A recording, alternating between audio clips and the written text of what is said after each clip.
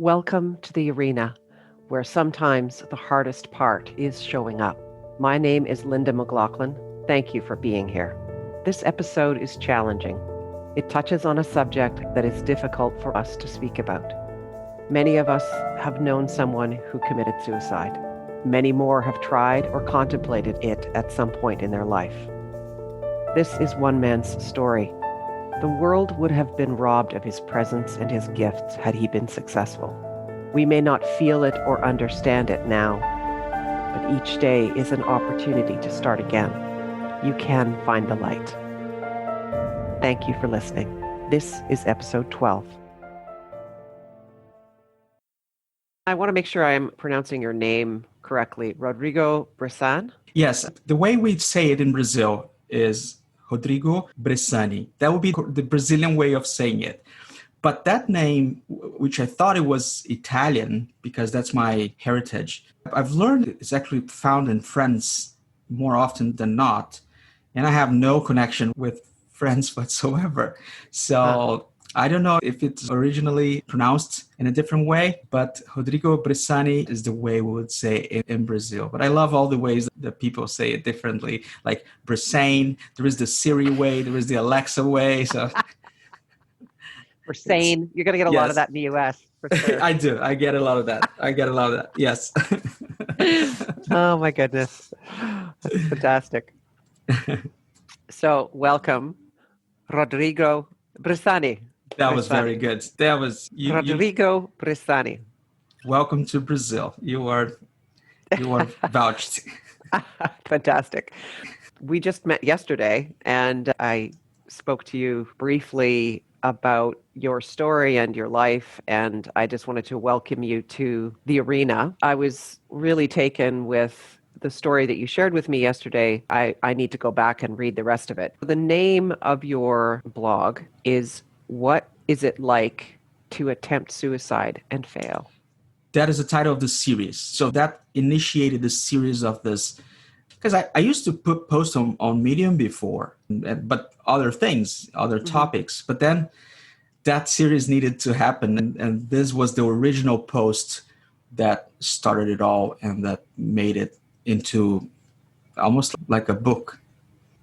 What I know of you is that you're a son, a father, an incredible photographer, an entrepreneur, soon to be the director of Lumino in the US, and the survivor of a suicide attempt. Did I? Yes, I think you got it better than I could tell myself. You got it all. I have to say, in reading parts of this series that you shared, I just was taken in by how courageous you were to provide a day-by-day account of your first days of surviving your suicide attempt and what went through your mind, what you experienced, what the people around you were doing, dealing with becoming medicated and treated and the interaction with the other patients. I laughed at times because there was that kind of pathos that was completely arresting. I noted at one point that you had over 15,000 people reading this and following you. It's just remarkable. You must have had an enormous impact on those people's lives. And no doubt people who were considering following a path of self-destruction. So I'll love to hear what your thoughts are. First of all, thank you for the intro. I think it was a good read of what happened and what I do. You put me in a very good light, so thank you so much. Yes, the experience was, now thinking back, I think it was both the worst thing that ever happened to me and the best thing that ever happened to me. It was a suicide attempt, as terrible as it is. When it fails, it reboots you. Well, of course, I'm talking about my own experience and other people experience it differently. But in my case, it felt like a reboot, for better and for worse. Lots of good things in my life were crushed, and lots of bad things in my life were crushed. And I had this incredible opportunity to start over. This is the most interesting part of it all. I know the story of how it happened and the time I spent on that clinic taking care of myself or going through that recovery process is very interesting and full of rich stories and characters and funny people, sad people with very dark pasts, people with very sad pasts, people who made it, people who didn't make it. But I still think that this part that I'm living right now is the real deal, because now I have to figure out everything again. And it's very easy to, even though I'm calling it a reboot, I'm calling it a restart, it's very easy to reboot badly and get back on a track of self-destruction or just depression. It's very important to keep reminding myself that there is a way out, there is a better way, and I can, with some effort, find ways around the blues and the sadness and all the things that try to keep me attached that day when I tried to kill myself. That is the challenge now that I face, is to every day wake up. And even though most days, and that's the truth, it's not just many days, it's most days, you wake up and you still can find a reason to be around, but you tell yourself that it's worth it. And then it works. And then you get up and you do things and you keep acting as if everything is better than it feels. And what happens is that eventually you start feeling that. You start feeling exactly like you are pretending it to be. And that's been a good thing. So I guess that's a big summary of how I've been taking it from that moment and forward. So let's go back to the beginning. What was conversation like around the dinner table when you were growing up? I was raised in a very evangelical family. In Brazil, it's very similar to the US and Canada. Many missionaries and religious missions originated in the US and eventually went to Brazil. So I was raised in that environment, and my dad eventually became the pastor. It was always like a mini service every meal. I was very engaged with the faith. I used to teach on Sundays to the youth of the church. I could say that, especially when I was very engaged, it gave me a sense of authority that is, I guess it's peculiar to some people of faith, when you think you know everything. So it's not like you're looking for answers, you already have them. I was very rigorous with my faith. I was always trying to live by the rules. And that has a big problem, because when you are very strict with the rules and with your faith, the pain of failing is greater. What brought you to that moment of despair? It's interesting because when my suicide attempt happened, I wasn't religious anymore. I lost my faith completely when I was around 23, 24. I went to Germany to live for 1 year. I was working there. I was very young, but I was already married. I already had a 3-month-old daughter. I got disconnected from that environment and from that circle of friends and subjects and conversations.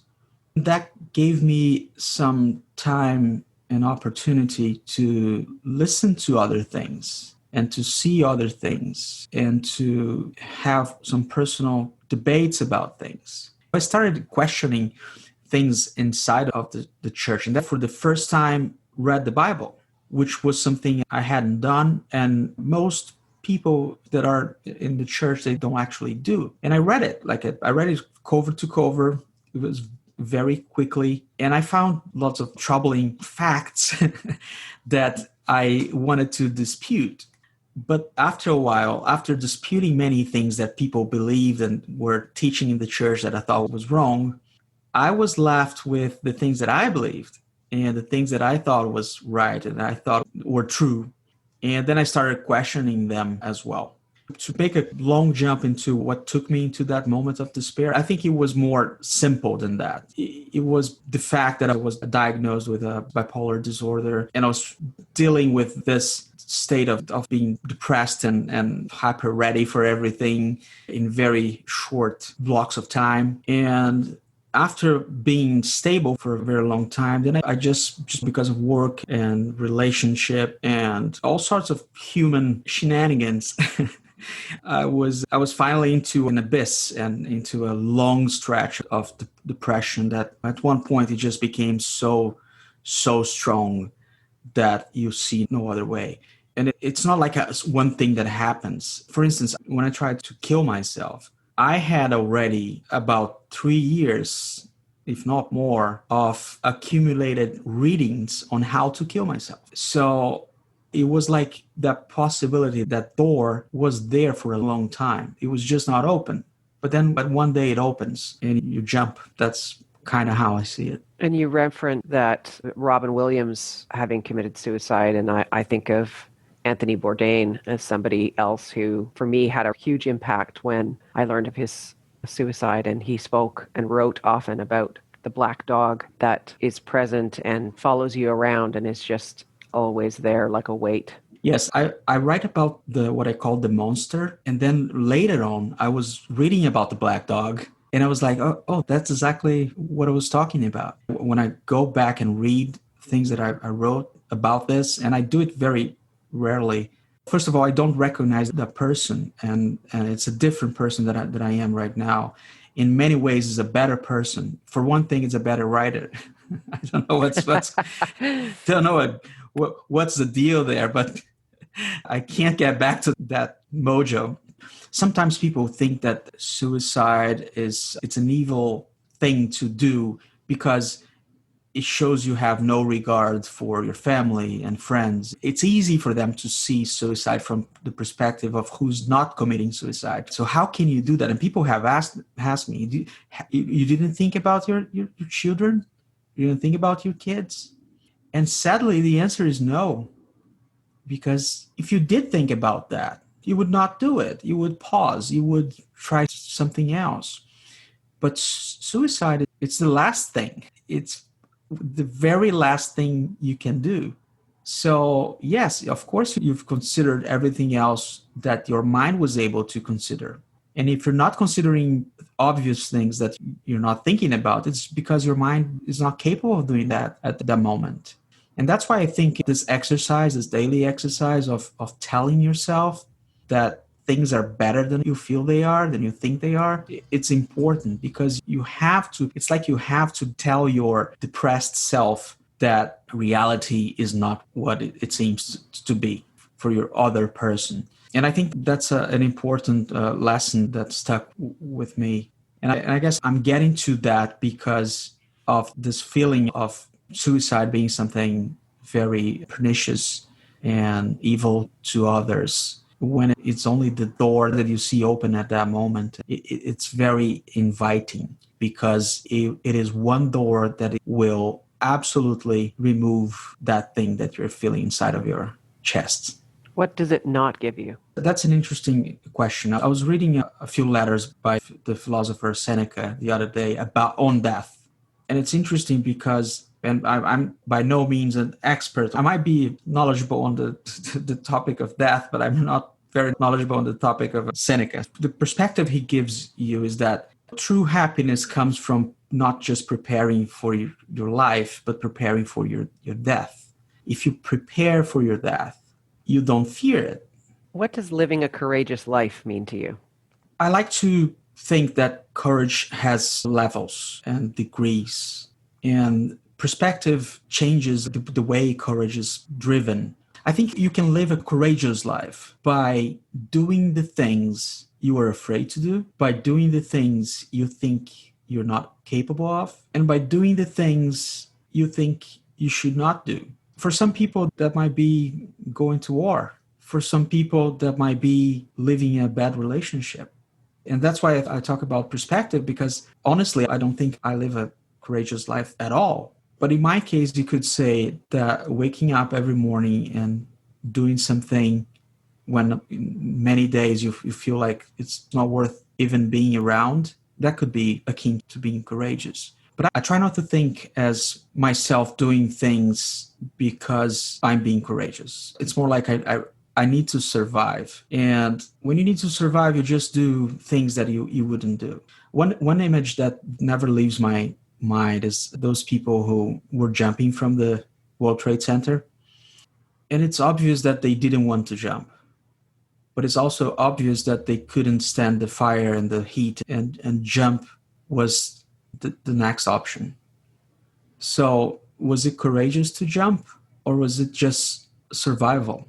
Were they just trying to survive for another few seconds? And perhaps that is very courageous. That is very brave. So I think it depends on how you frame it. I think in the end, it's all about trying to survive. And I think if you live your life by doing things, by taking risks and overcoming bad things that happen, that takes courage. And it doesn't matter if the degree of courage is not the same as your neighbor or as your friend that sacrificed maybe a limb or his life in a war. It takes choice. It takes willpower. It takes that decision to stand up and do something that your better judgment tells you not to. And it's hard. It's very hard. What impact do you want to have on the world? I believe that the greatest thing I can do, and don't laugh, but the greatest thing I can do is to not mess up other people's lives. So I'm trying to stay out of the way of people who will make an impact in the world. If I do that, I think I'll be glad already.